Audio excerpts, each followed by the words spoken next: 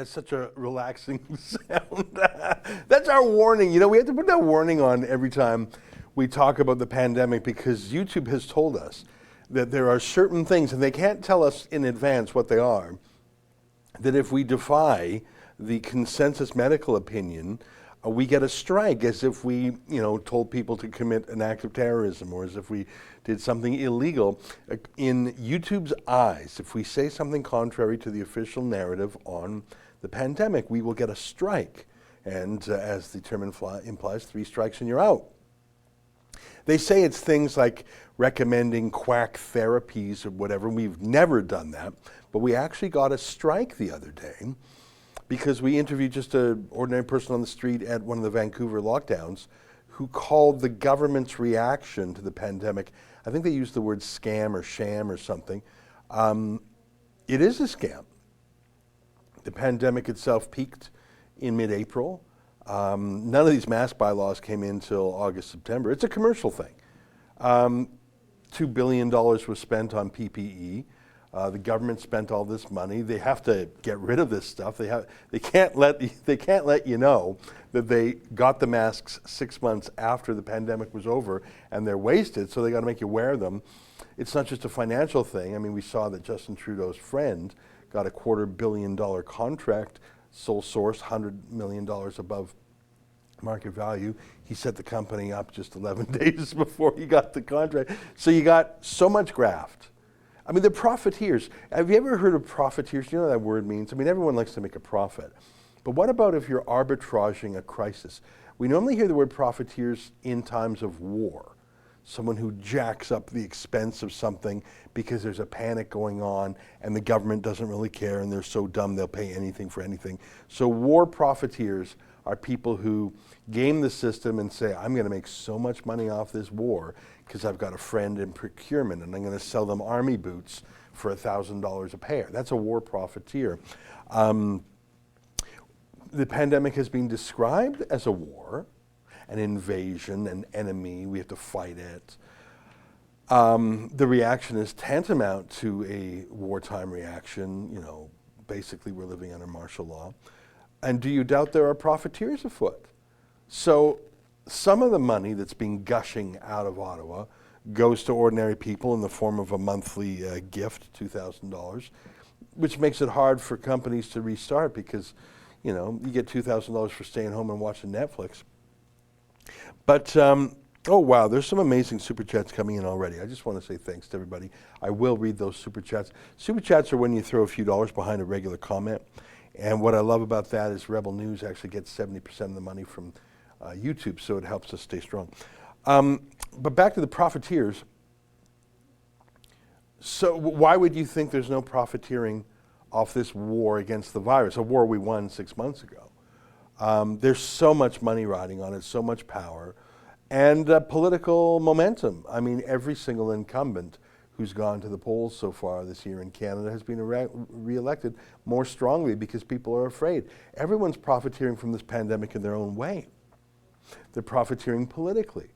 I think Doug Ford, maybe, I don't know about him, but a lot of people in his caucus know that he's just out of control on the lockdowns.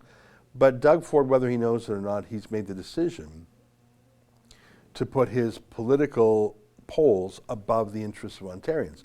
I don't know if I would quite call that profiteering, but there's certainly a lot of financial profiteering. So when there's someone on the street of Vancouver who says this is a scam, they're not saying that the virus does not exist. We all know it exists, like the yearly flu exists. But saying that the government response, the lockdowns, the pandemic paranoia, the fear-mongering, that's a scam. Yes, it is. We got a strike from YouTube for saying that. So now we got to put that soothing warning up in advance. But it can always be worse. It can always get worse. I'm 48 years old, almost 49. Oh my God. And one thing I've learned is it can always get worse. It can always get better too. I mean, where there's life, there's hope, as Pope John Paul used to say.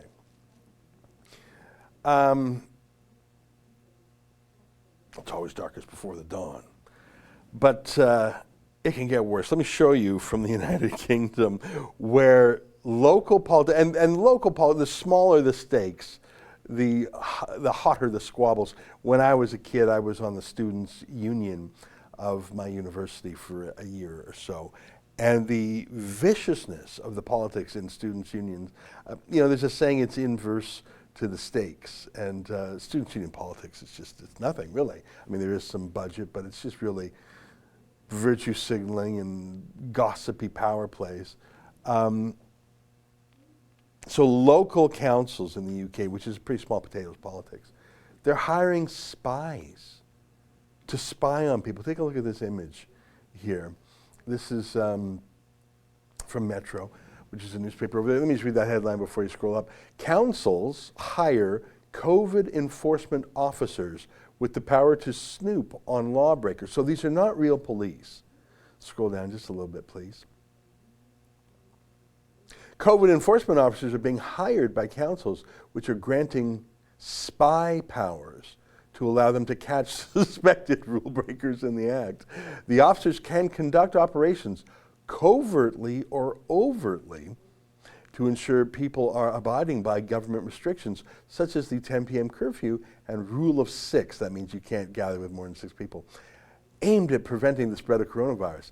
They can take part in plainclothes operations and use body-worn cameras and other kit to gather evidence against suspected rule flouters. Unlike COVID marshals who use a lighter touch, they have the power to investigate alleged breaches. Maybe they are real cops. That's not clear yet. Details of the new roles emerged as West Midlands Police and Crime Commissioner David Jameson said police could break up rule breakers' Christmas dinners. However, human rights lawyer Adam Wagner, I know Adam, I've had a good chat with him before, responded by saying police have no power of entry under the coronavirus legislation. I'm glad that Adam's coming around. He's very slow to criticize the government, but when he comes around well. He's a smart dude. Privacy campaign group Big Brother Watch, that's a cool name, has said the enhanced roles amount to undercover officers who would be spying on residents and only undermining public trust in efforts to enforce restrictions. I think that's true. Madeline Stone, legal and policy officer, said, hiring undercover officers to enforce guidance that has no legal basis is heavy-handed. Hey, Justin, let's see if we can get Madeline Stone on the show one day. Councils should focus their resources on supporting people affected by the cases, not treating them like potential criminals. You're so right. Spying on the residents is the worst possible approach local authorities could take and will only erode the public's trust in them. 5 roles are being advertised by Brent Council for its regulatory services department. So it's not real police. You know what? When we're done this, let's Google Brent Council regulatory services. I would be very curious to look at that ad. They say that there's ads. The advert, that's what they call ads in the UK, reads, the role will offer advice and support to the public and business owners, respond to and investigate complaints regarding compliance with guidelines and regulations, carry out spot checks, and where necessary, take appropriate enforcement action to ensure adherence with COVID-19 controls. So if these aren't cops, how do they take enforcement action? The advertised pay is £34,000 per year. My quick math in my head tells me that's just around 55 Canadian. I don't know the exchange rate. Last I checked it was 1.7 or something. Do you want to slap that in the Google machine? 34,418 pounds. Let's call it 55 grand Canadian. And the post is described as suitable for someone who has knowledge of law enforcement and investigative ability. So you have knowledge of law enforcement. You're not a cop. You don't have, let's say, a law degree, or you haven't passed the, just under 60 grand, Justin tells me. So you have to, what is knowledge of law? So a criminal has knowledge of law enforcement. Is that what you mean? Scroll down a little bit. Undercovering possible breaches, including carrying out routine or unplanned visits and inspections covertly or overtly as required. Could you imagine that? You're hiring strangers who are not cops, are not lawyers, but they have, quote, knowledge of law enforcement, as in they've watched some TV shows. You know in your bones that 90% of the people applying have just watched some detective shows and think that they're all that. And then paying them almost 60 grand Canadian to conduct undercover operations. Can I say it? I was going to say someone's going to get killed here, but I take that back. The Brits are too meek. There's no Winston Churchills left. There's Nigel Farage is the closest thing you've got to a Churchill in that country. I think most will say, "Oh, stiff upper lip, old chap, keep calm and carry on." I think I can't believe this is happening in the UK. That's what happens when you disarm a country. And I love the UK, by the way. If you think I don't love it, you're wrong. I love it, but it pains me to read this.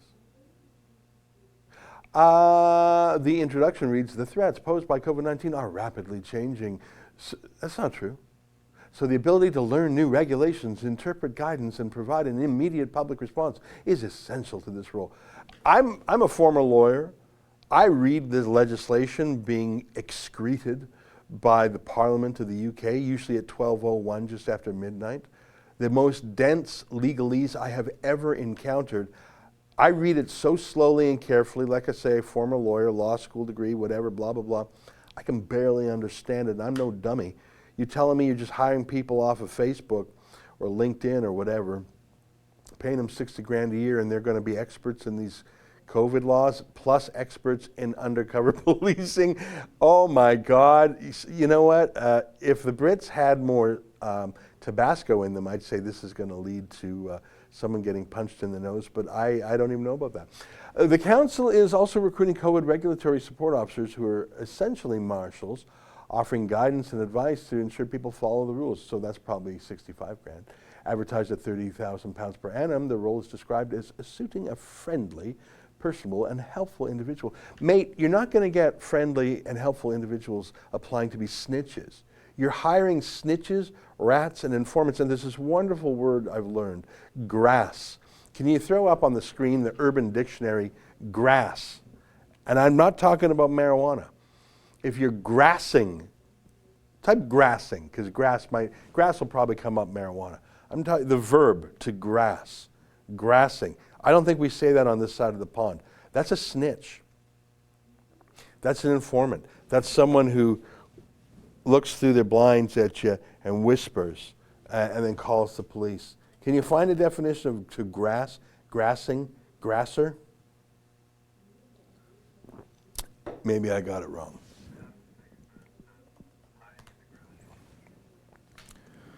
Grasser. Just a Wiktionary. Slang, a grass, an informer.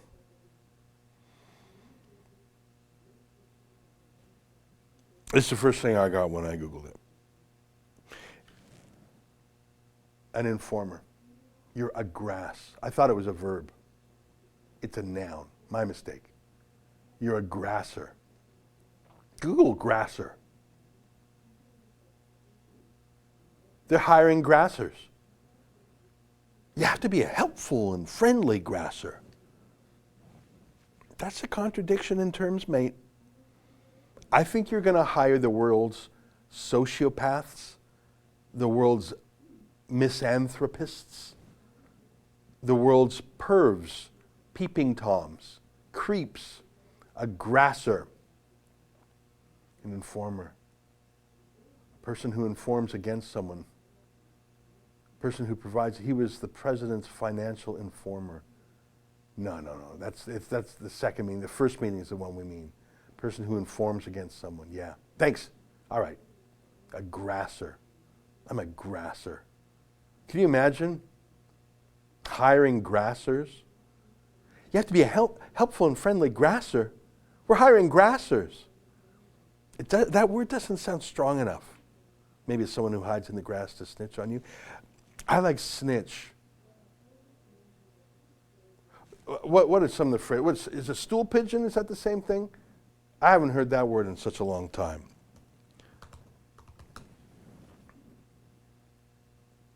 A stoolie. A stool in America, that's very American. Yeah, can you throw stool pigeon on there? I know these are weird words. Stool pigeon. a stoolie, a person employed or acting as a decoy or informer, especially for the police. I think stoolie, stool pigeon, snitch, snitches get stitches. Grasser's too friendly. All right, go back. All right, I went down a rabbit hole there. I love the UK banter. I love the lingo. They're hiring grassers. Can we find that advert, as they call it? So they're just out in the open saying, we're hiring people to spy on our voters, on our taxpayers, on our citizens. We politicians and bureaucrats are hiring snitches, stool pigeons, grassers, informants, underminers, peeping toms, and voyeurs. Calling all peeping toms and voyeurs. Oh, you have to be helpful, though, and friendly, and you have to understand these. You know, I mentioned Adam Wagner there. He's one of the more prominent, or at least well-known, civil liberties and human rights lawyers in the UK. He tilts to the left, but that's fine. I wish there were more civil libertarians on the left. They've largely gone silent. I follow Adam Wagner on Twitter because he really looks at the regs closely. Like I say, they're often published at 12:01 a.m. by the British Parliament. And when I say published by the Parliament, they're not reviewed by MPs. They're not voted on. They're just published. Like I say, it's as if it's a wartime. They just publish the regs. And Adam Wagner, who's no dummy, he goes through them meticulously, and he says they're baffling. And what do words like mingling? What does mingling mean? Or even singing? Because singing, you know that singing is banned in the UK, at least in parts. You know that, right? Okay. Well, if I talk in a melody, is that singing what I just did there? Or does that is singing a certain volume? If you rap without a melody, is that singing? Like these, you have to understand these regulations. No one understands these regulations. Sounds like Justin's found the advert, Brent. Covert regulatory, COVID and coverts. Yeah, there's a pun there somewhere. COVID regulatory support officer. Salary range, 30,000 quid. Fixed term until March 31st. Hours of work, 36 hours a week. You don't want to work too hard. Civic Center and other areas from time to time. Ensuring that our residence is safe and protected. You're a snitch, mate. You're a snitch. This is the lesser one, Justin says in my ear? Okay, so let's find the other one.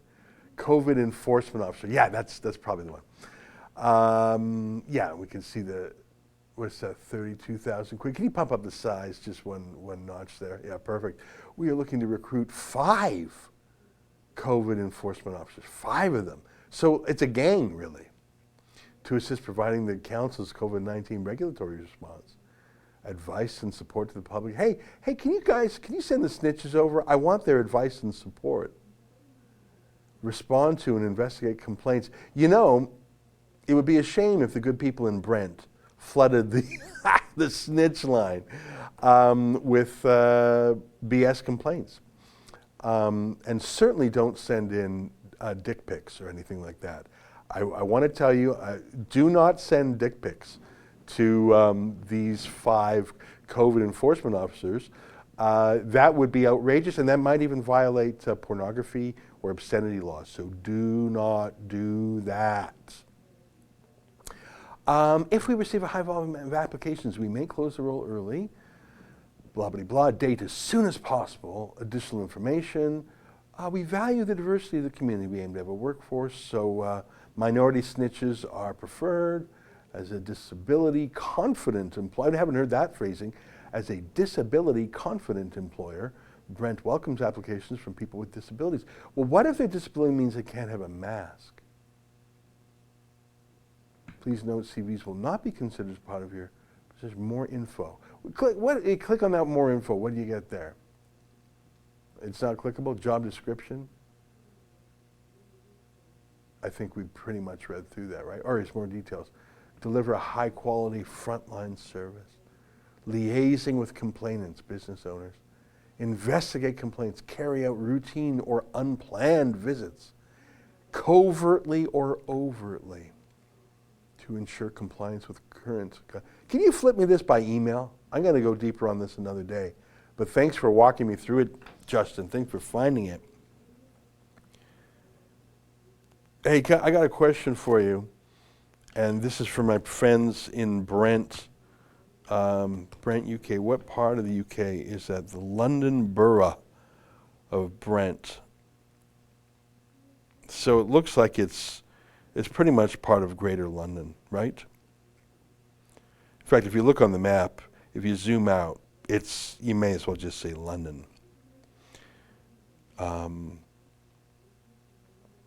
If I've got that right. Do you want to throw that on the map to show people where Brent is? I think it's just London. So you got this local council in London, so these are low-level politicians. And they're hiring 5 snitches, 5 grassers. Yeah, and zoom out just a bit. Looks very nice. For all I know, I've been to Brent and didn't know I was there. Just zoom out just a tiny bit more, just to put it in context, even a little more. Even more, even more, even more. So you see where that red dot is? If you said, where's that red dot? I'd say London. But you'd say, well, yeah, it's the borough of Brent. They say borough, they don't say borough. I went to Peterborough, and they laughed at me. They said, it's Peterborough. Peterborough. I said Peterborough. That's what we call the city in Canada. Can you imagine that? Hiring 5 people to snitch on your own citizens.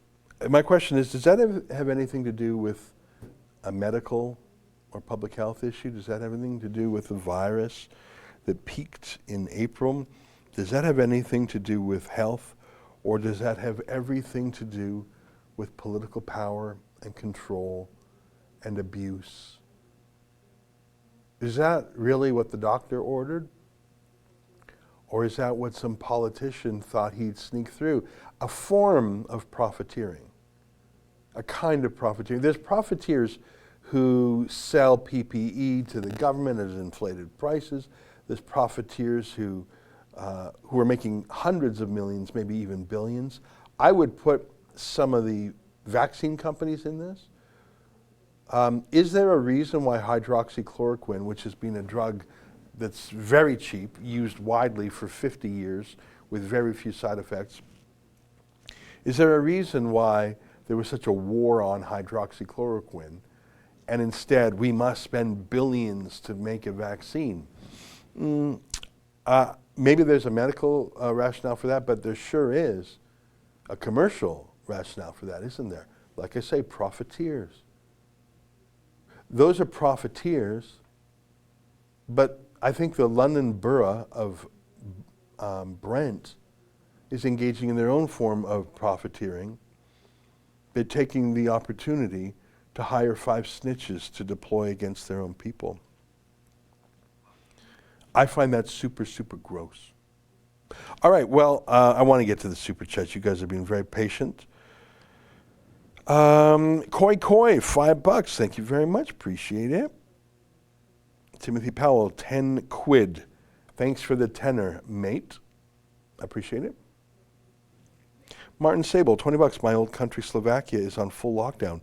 No one allowed to leave in most areas. Anyone over 10 has the choice to get a Wuhan test, or if refused, must stay home an additional 10 days. Army is doing testing. Would Liberal Doug copy? Don't give him ideas like that. Martin Sable again, $5. Judges need to remind Doug Ford he is not in China, nor is he king in province of Doug. With his bill, I would love to be judge giving Doug wake-up call. I think judges are forces of the establishment. I think they are part of the elite intelligentsia, and I think that they're part of the winning class here. There is not a single judge in the world that has lost a day's pay, although many of them did not work for many months Now the courts are slowly reopening, but there were 3, 4, 5 months there where judges, court clerks, many bureaucrats just enjoyed a free holiday. Full pay, no work. There were some emergency cases that were handled, but not most. So yeah, there might be some judges out there that care about the rule of law, care about, in Canada we call it the Oakes test, which is if you're going to violate the charter, you need to, the violation needs to be rationally connected to a real problem. It needs to be proportionate. It needs to be the minimal infringement required to get the job done. So rational connections, talk about that. It's one of the Oakes test rules, if I recall. Yoga studios are banned, but not gymnastics or dance studios. Can you really give me a definition of what a yoga studio is that does not overlap with gymnastics and dance? I mean, of course, I haven't set foot in a yoga studio in decades, and may it never happen. But my people tell me that if you go to yoga, you are actually socially distanced, as opposed to sometimes gymnastics or dance. So why is yoga banned, but gyms not? Gymnastics are not? Gyms are. The rules, there's no rational connection there. There's no minimal infringement.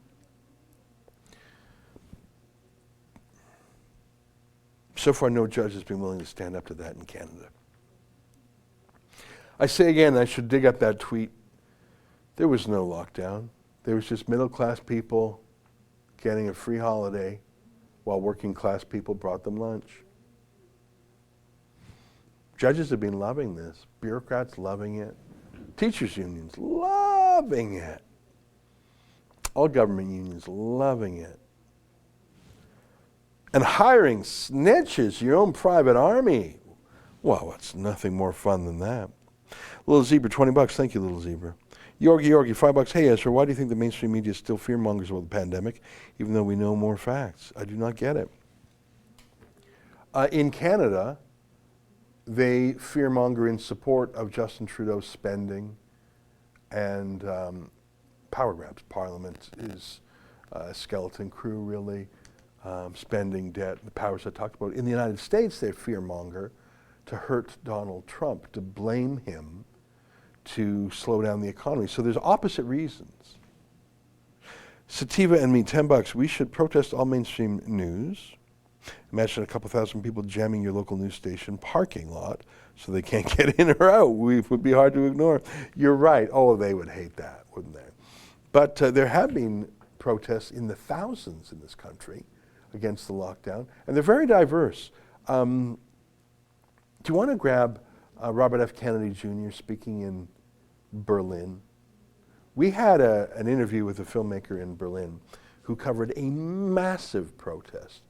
I think there was at least 30,000 people against the lockdown in Berlin. And the mainstream, fascist, right wing.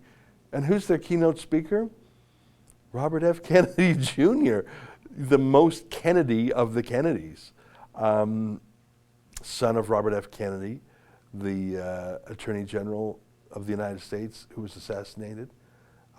Brother, so this is the nephew of JFK himself. Yeah, I don't think there is any possible way that you could describe Robert F. Kennedy Jr. as right-wing or, alt-right or fascist or whatever they're calling these people. Let me know when you got the clip. Robert F. Kennedy Jr. was the keynote speaker at the Berlin protest, which is sort of neat because, of course, it was his uncle who was at the Berlin Wall and said, "Ich bin ein Berliner." So there he was back in Berlin. Take a look at this.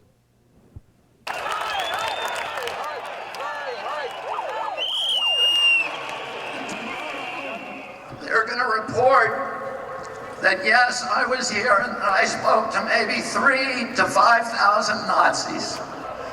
I see people of every color. I see people from every nation, every religion, all caring about human dignity, about children's health, about political freedom. This is the opposite of Nazism. Governments love pandemics. They love pandemics for the same reason they love war, because it gives them the ability to impose controls on the population that the population would otherwise never accept.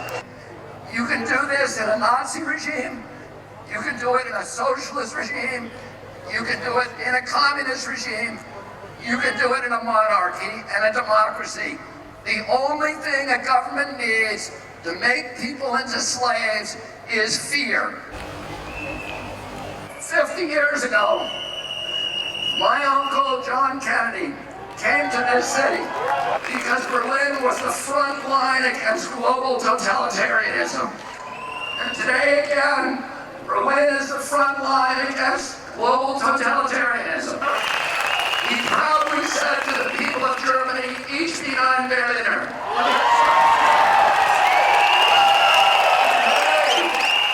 All of us who are here today can proudly say once again, "Ich bin ein Berliner." It has long since to be about criticism. Isn't that great? My regard for Robert F. Kennedy Jr. couldn't be higher.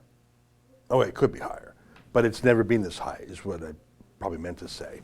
I've been a critic of his because I think he's a bit of an environmental extremist, and I've seen him come to Canada, to Alberta in particular, to criticize the oil sands, and I felt he was not being fair because he criticizes oil, the environment in the Americas, but not in OPEC countries.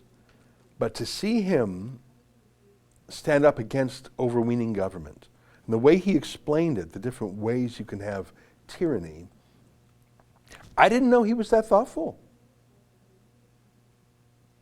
And is he not correct that they're going to call him a Nazi? He's a Kennedy, and there were people, I mean, in fact, right at the beginning you saw all the rainbow flags there. I don't know, I thought that was an impressive. Hey, by the way, did you see that Berlin protest on the CBC, or the Globe and Mail, or the Toronto Star, or even the liberal-dominated National Post? I don't think you did. Back to the Super Chats. Thank you for finding that, Justin. Digital Trail, $5, lemon character and baby lemon blowing a party horn while marching. I think that's Justin's description of the emoji. So thank you, Digital Trail. Jaden Haight, $10, as we need to get you on Joe Rogan's podcast before the next federal election. Seems to be the best platform for controversial figures like Alex Jones. Keep it the fight. You know, I watched about an hour of Alex Jones on Joe Rogan this week. I loved it. I mean, I did learn from it, but mainly I thought, this is fun. Who doesn't want to have fun? Entertaining characters. And I like their symbiosis. You know, for those who were alive in the 20th century, there was this late night comedian named Johnny Carson. He sort of invented or perfected, he didn't invent, but he sort of perfected the late night variety show, some comedy, some chat, whatever. And he had a straight man named Ed McMahon. And Ed McMahon would just sort of be there to say, "You're right, ha ha, that's a good one." You know, he was just basically there, I think, to keep Johnny Carson company. Joe Rogan, when he has Alex Jones on, he lets Alex Jones go, but he's a gentle critic, a gentle, whoa, wait a minute, you said this, back that up. And so I watched only just less than an hour of it. He would say, "Stop, can you prove this? Stop, can you prove that?" And Alex Jones could. I thought it was great TV. Can you go to the Spotify page for Joe Rogan? Going from memory, when Joe Rogan interviewed Alex Jones a year ago or so, if I recall, that YouTube video got 16 million views, and it's 3 hours long. That's stunning. I think it may be the most watched Joe Rogan episode. I don't know. Don't quote me on that. So he was on Spotify. As you know, Joe Rogan moved over to Spotify. And he's interviewing interesting people. Kanye West, very interesting. And I saw this, and you tell me if it's the case now, all episodes. So you've got 50, oh, it is back on, Alex Jones and Tim. There was a period, okay, I'm so glad to see it. I saw this 2 days ago. You see episode 1555, Alex Jones and Tim Dillon? That was not on there for about a day. I thought when I said, Justin, call this up, I thought we were going to see a gap between Kanye West and whatever the one after was. It looks like there was a big internal struggle session at Spotify, and Joe Rogan won. If you are in the creative business, the talk business, the interesting person business, the entertainment business, but you don't like people who talk and create and entertain and be interesting, what are you doing in that business? It's like being a vegetarian and going to work at a butcher shop and complaining all the time. Unless you're actually an underminer who wants to shut down the butcher shop, shut up and do your job, or leave and do something more vegan. Censors at Spotify. Wolfcat Wildcat, $15. These hired spies so they can follow and take action against the council that hire them. Well, there you go. But as if do you think they actually would? Margaret Granny McKay, 5 smackers. Save on Foods, British Columbia, pushback against masking. They did, eh? I'm going to write a note. Save on Foods. Is that... who owns Save on Foods? Oops. Save on Foods Wiki. Is that owned by Pattison? Because if so, that may be Jimmy Pattison. I think it might. Yeah, I knew it. Save on Foods is a grocery chain in British Columbia that's owned by British Columbia's richest man, Jimmy Pattison, who is a bit of a maverick and occasionally conservative. And wouldn't that be something if Save on Foods was not going along with the corporate Amazons of the world and was actually standing up for individual liberty? That would be quite something. Christine Lewis, $3. Pear character stretching his arm forward, raising his thumb up. I'm reading Justin's description of the emojis. Oh, that's funny. That's great. Thanks. Lisa Proust, hello. Ezra, thank you for Rebel News. You make me strong. Well, that's very nice of you to say, Lisa. Martin Sable, again, $5. Is the UK becoming China? I predict people will get badly injured by spying on some either gang, not knowing they're a gang, or some guy who's fed up. Oh, there are 20 ways that can get wrong. I mean, if they did a proper legal or risk management assessment of that, they'd say, what are you doing? I mean, hiring people off the street to be snitches and undercover agents, that is going to blow up in your face. Being an undercover cop is one of the most, being a cop is tough. You got to follow the rules, you can't go crazy, and the number one job being a cop is self-control, because you've got a gun. Now, they don't have guns in the UK. But you've got the power of the state behind you. You've got the authority of the state. So being a cop is such a tough job. You really have to be a lawyer in some ways too, you know. You don't have a law degree, but you've got to know the law, especially the law that applies to crimes, civil rights, detention, arrest, things like that. No one understands the pandemic laws. Maybe Adam Wagner does, until they change the laws again next week.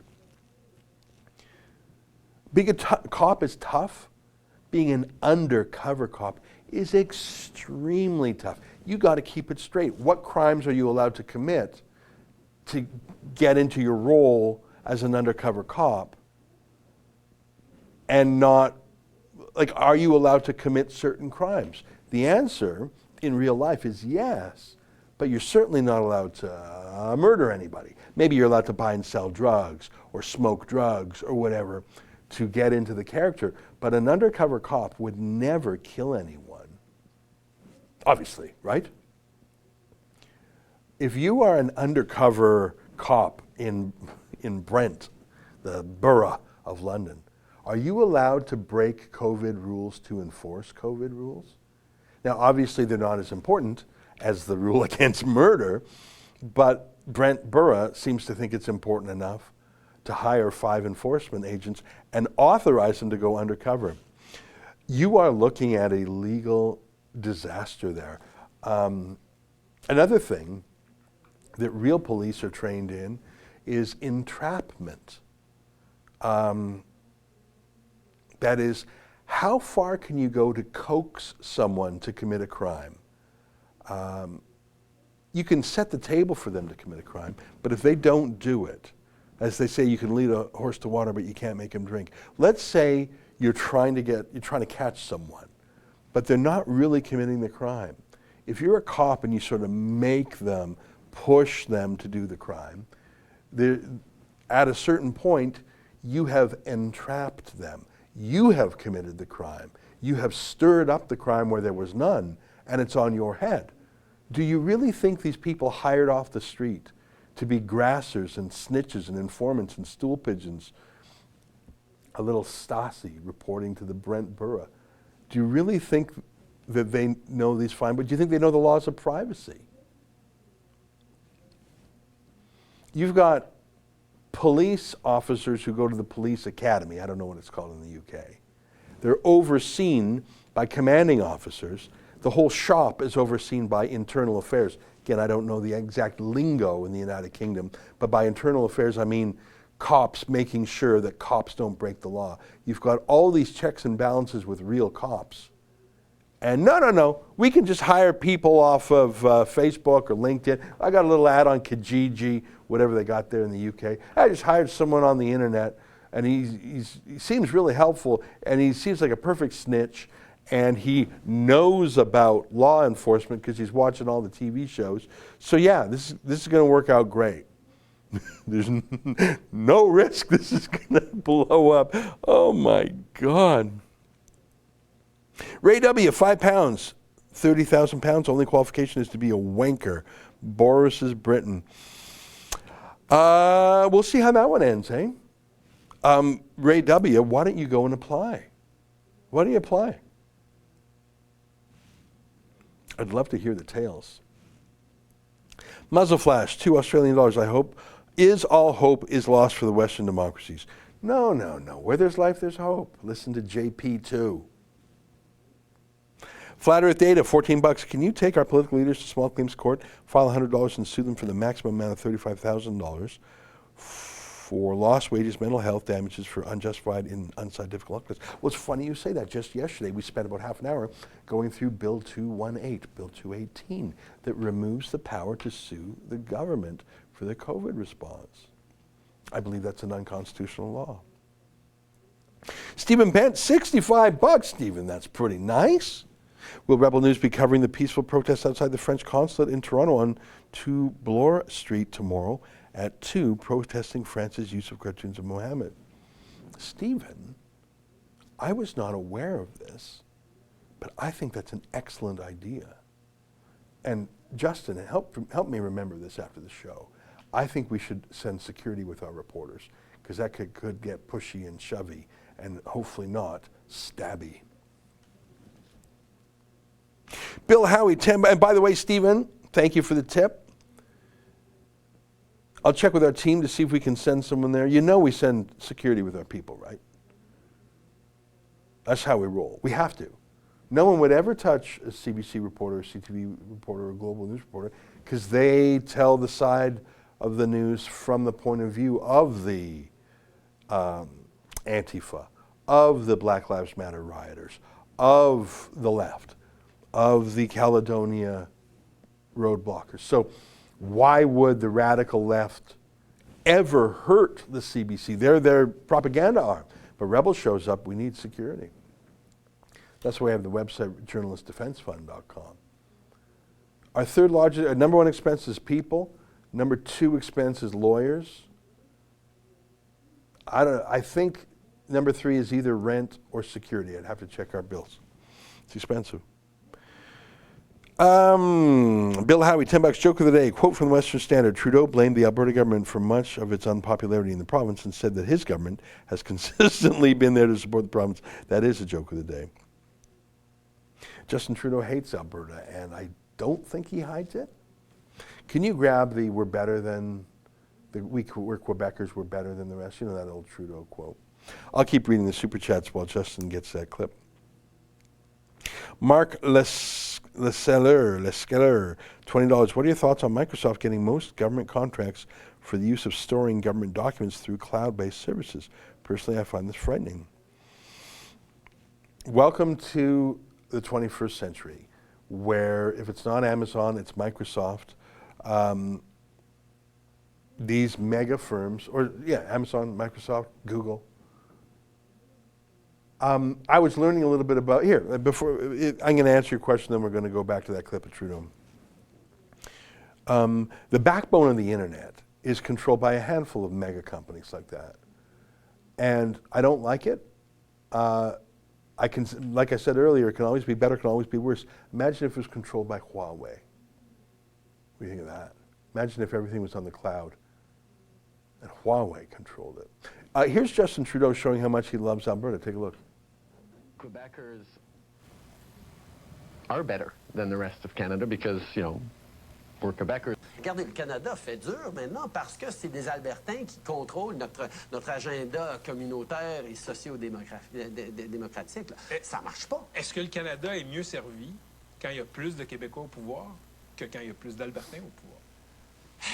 Ben, je suis libéral, alors c'est sûr que je pense que oui. Certainement, quand on regarde les grands premiers ministres du 20e siècle, les seuls qui ont vraiment tenu le coup, c'était des députés du Québec. C'était Trudeau, c'était Mulroney, c'était Chrétien, c'était Paul Martin. Alors, on a un rôle, ce pays, le Canada, est à nous. Yeah, he really loves Alberta, you can tell. Fraser McBurney, $25. Thanks, Fraser. All Hallows Eve is nigh, and Halloween is Saturday. Mums and dads, come and join us at Bayfront Park, 5 p.m. to 6 p.m. Let's make happy memories together. It's trick-or-treat time. Let's have some fun. Yeah. The one holiday where you do wear masks is the one holiday that the government wants to ban. Riddle me that. Ranting Family Man 2.0, $20. Hey Ezra, love the daily live stream. You and everyone at Rebel, keep up the great work. Just wondering, for my own research, what websites for bills and other information would you and everyone else at Rebel rely on? Well, the answer is whatever the local jurisdiction is. So when I was curious about Bill 218, I saw Randy Hillier's video, and I just Googled Bill 218 Ontario. Every legislature in the world really has the bills, and sometimes it's a little bit hard to figure out which version or what the state they're in, but the Parliament of Canada, the Parliament of Ontario, every provincial legislature, every U.S. state legislature. The other day I was looking at Scotland's hate speech bill. I went to the Scottish Parliament's page. So the answer is I don't even believe there is a central repository for every bill in the world. You would start with the jurisdiction at hand. The legalese they're not always the most user-friendly websites, so I'll say that. Colin Dobson, $7. Thanks, Colin. Margaret Granny McKay, $5. Article, Save on Foods at Press Progress. Okay, well, I'll check that out. Throw it on the screen. Yeah, let's take a look. Let's read it together. Save on Foods refused calls to require face masks inside their BC grocery stores, company letter shows. Union representing frontline workers wants provincial health officer to order Save on Foods to protect workers and customers. One of British Columbia's biggest supermarket chains is refusing calls to require customers to wear face masks in the stores to curb the spread of COVID-19, forcing a union representative of grocery workers to ask BC's provincial health officer to intervene. Save on Foods, owned by Pattison, blah, blah, blah. Their main competitors are the awful Loblaws crime family.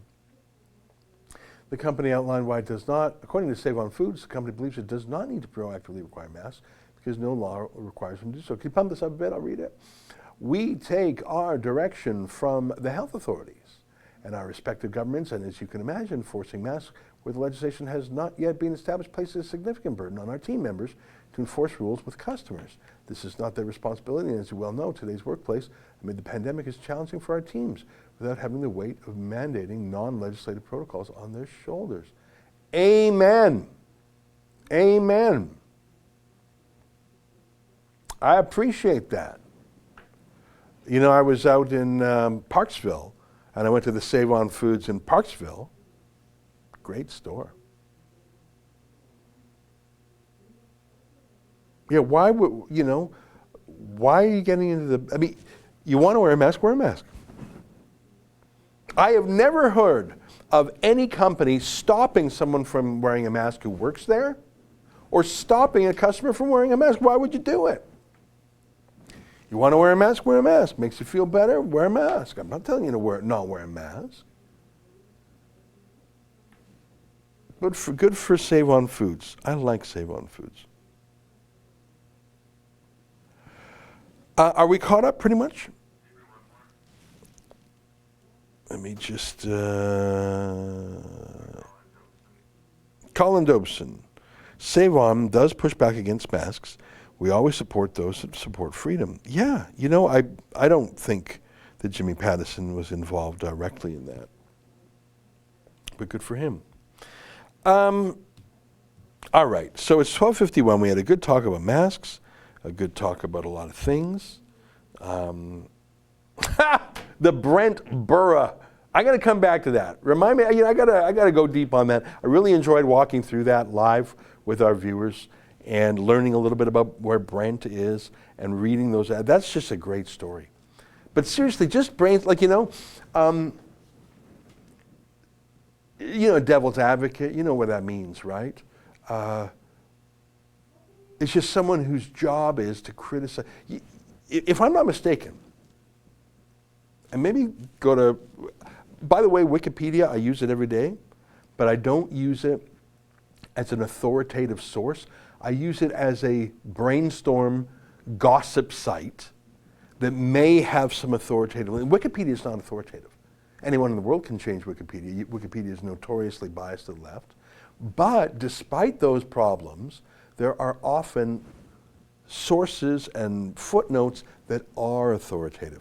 So can you go to the Wikipedia page for Devil's Advocate? We're going to talk about this for 1 minute. If I'm going from my memory, a devil's advocate is a Christian church term. If someone is to be named a saint, the devil's advocate was in a legal process within the church to say he should not be named a saint. Let's read that. Well, look at that. Am I right or am I right?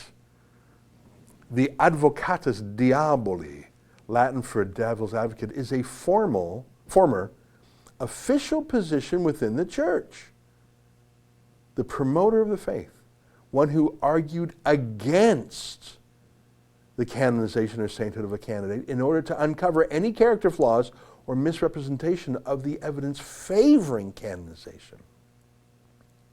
In common parlance, the phrase playing devil's advocate describes a situation where someone given a certain point of view takes a position they do not necessarily agree with, or simply an alternative position from the accepted norm, for the sake of debate, or to explore the thought further using a valid reasoning that both disagrees with the subject at hand and proves their own point valid.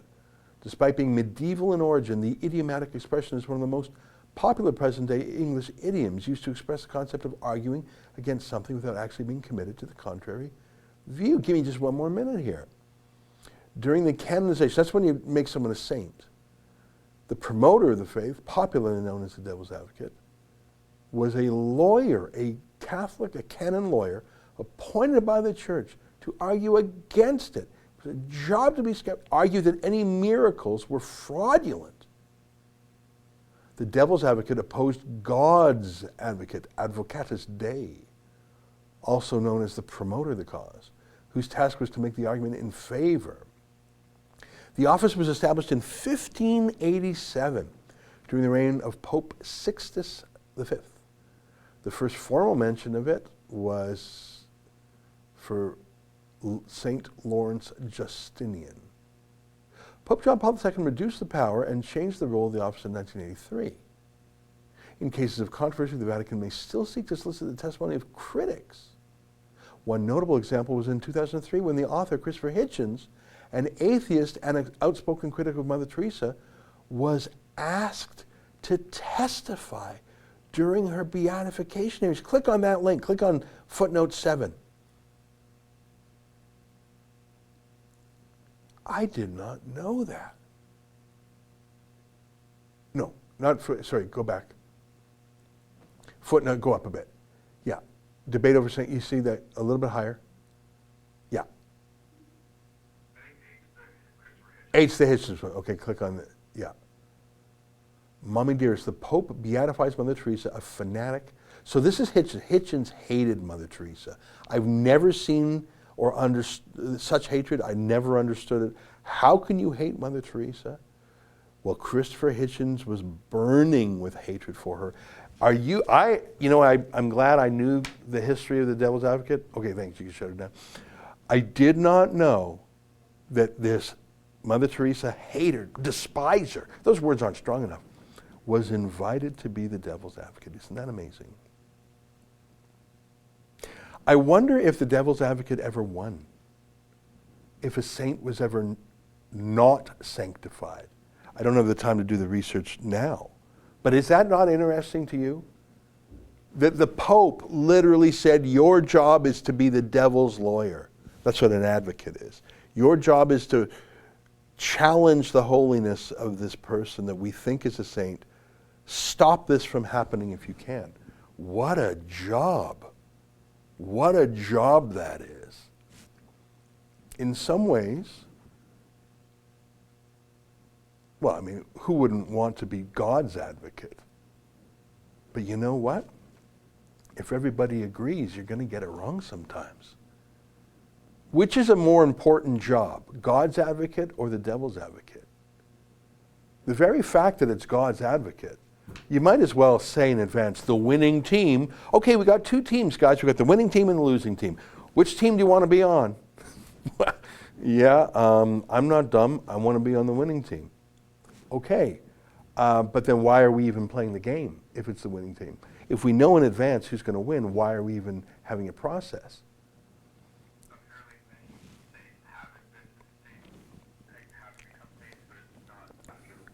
I'm hearing in my ear from Justin that apparently many saints who were proposed for canonization were not, but it's unclear why.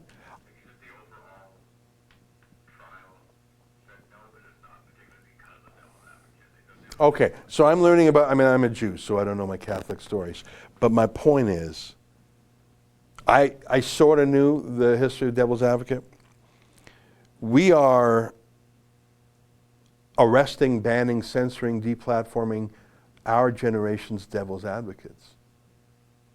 Being a Devil's Advocate is something that lawyers learn about in law school, because when you represent a criminal, you're there to make the criminal's arguments, even if you don't agree with the criminal, even if you don't like the criminal, and frankly, even if you know that he's guilty as hell. Why? Because what about the time when he's not guilty as hell? We need lawyers for criminals because sometimes the system doesn't work. Sometimes God's advocate gets it wrong. And by the way, devil's advocates can't be paper tigers. They can't be sham lawyers. They got to fight like hell. Otherwise, why are you pretending? Oh, I lost again. No. You got to fight like hell. You got to be as zealous as Christopher Hitchens was in contradicting Mother Teresa. And I don't even remember how I got on this, other than the very first thing I said to you today was, we are required by YouTube to put a warning label on our work now, because devil's advocates in the age of coronavirus are censored. And now Brent's Council is sending out snitches. Well, we're devil's advocates saying that ain't the way. And so many of these things we're going through, you're not even allowed to be a devil's advocate. You're not allowed to have a dissenting opinion. You're not allowed to have a contrary point of view anymore. You know, our motto here at Rebel News is telling the other side of the story. You're not even allowed to have another side of the story anymore. There's no devil's advocate and God's advocate. It's just one team. And everyone else shut up. I want to close with this. Google Glenn Greenwald, if you please. I'm not very familiar with Glenn Greenwald. I know that he's a socialist who lives in Brazil. I know he hates Jair Bolsonaro, the Trump-like president of that country. Click on the image of him there. So that's him on the right. And obviously he's gay and he's got some kids, which I presume were adopted. That's Glenn Greenwald. Lives in Brazil, hates Bolsonaro. I don't know if he'd call himself socialist or Marxist, but that's Glenn Greenwald. He often does interviews in America via Skype. Okay, thanks. He founded a dissident online news organization called The Intercept. Very skeptical of war, very skeptical of the deep state, very skeptical of the military, left-wing, but with a different dissonant vibe. And this was, I mean, Glenn Greenwald was the seed crystal of it. He was the personification of it. It really was the advocatus diaboli, wasn't it? And I liked it because it was dissonant. It wasn't a think-alike. It wasn't vanilla. And yesterday, or was it 2 days ago now, can you find a headline? He quit. He quit the company he founded. It would be like me quitting Rebel News. He quit. Why did he quit? Because the company he founded would not let him criticize Joe Biden. What on earth? You're based in Brazil, you're a dissident, you're anti-war, anti-deep state. Look at this, Glenn Greenwald resigns from The Intercept. A note from the editors. I'm not interested in their BS. Click on, you go back there, I think that underline headline would link to his comments. No, it doesn't. So, yeah, I'm not interested. The Intercept is of no interest to me other than Glenn Greenwald. Just take my word for it. We don't have time. It's already 1:02. Glenn Greenwald is quitting The Intercept, claiming editors censored his article about Joe Biden. It's not a claim, it's a fact. This is CNN, so they lie to you all the time. Glenn Greenwald is resigning from The Intercept, the news site he co-founded in 2013. Not long after his most prominent work, the publication of articles based on leaks from former National Security Agency contractor Edward Snowden. Yeah, like I say, he was really critical of the United States. In a lengthy letter of resignation published Thursday, Greenwald alleged his editors censored an article he wrote this week about former Vice President Joe Biden. He claimed that the editors were refusing to publish it unless I remove all sections critical of Democratic presidential candidate Joe Biden, the candidate vehemently supported by all New York-based Intercept editors involved in this effort at suppression. My resignation from The Intercept. So he goes on at some length there. I'm not going to go through the whole thing now, but imagine that. You start a project based on being able to be free and independent and criticizing the establishment. And we do that too. We criticize, I mean, I fight as hard with the Conservative Party of Canada as I do with the Liberal Party of Canada. Not quite as hard because they have no power. Conservative Party of Canada is just a club right now. It has no power.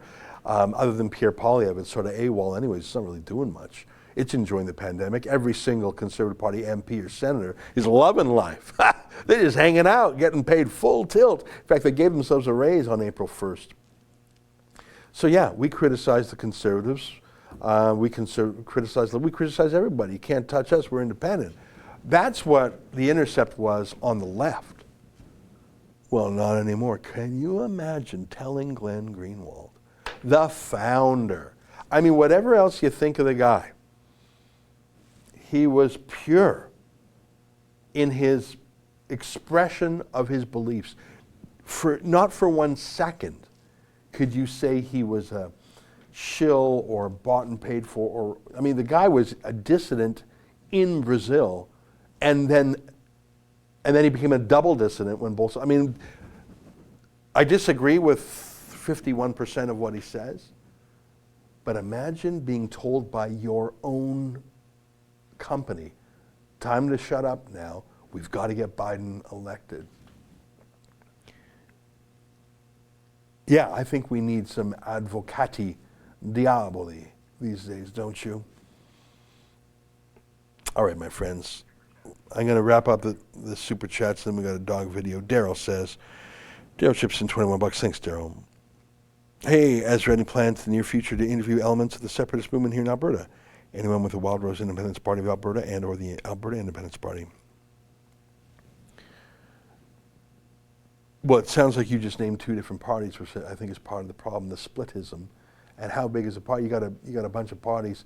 Do they have any members? Do they have any candidates? Have they done anything? What's so interesting to me about the election in Saskatchewan this week was that the Buffalo Party, as it's called there, came in third or even second in some ridings. That's incredible to me. 25% of the votes in some ridings, 25% of the vote. That's an accomplishment. Simply saying, all right, I'm a separatist leader, come talk to me. I'm not impressed. Do something. Have 400 people at a town hall meeting. Publish a book, publish a manifesto that's not just cut and paste Twitter statements. Start building a moral case for things, a legal case for things. Start doing some work, but just saying, hey, we got the Wild Rose Independence Party of Alberta and the Alberta Independence Party, and I'm ready to be impressed, but I am not yet.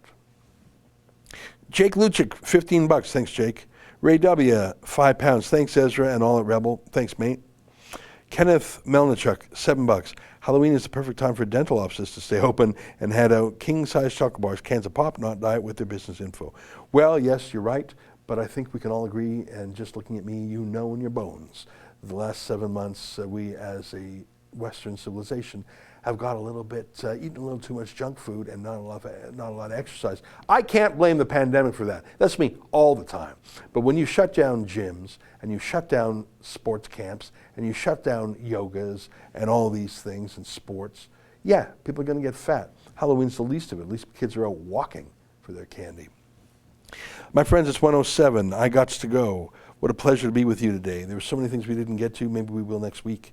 But until then, I'm going to say goodbye and leave you with one of Justin's patented, curated dog videos that hopefully will make you feel, I don't know, 15% better? Take a look.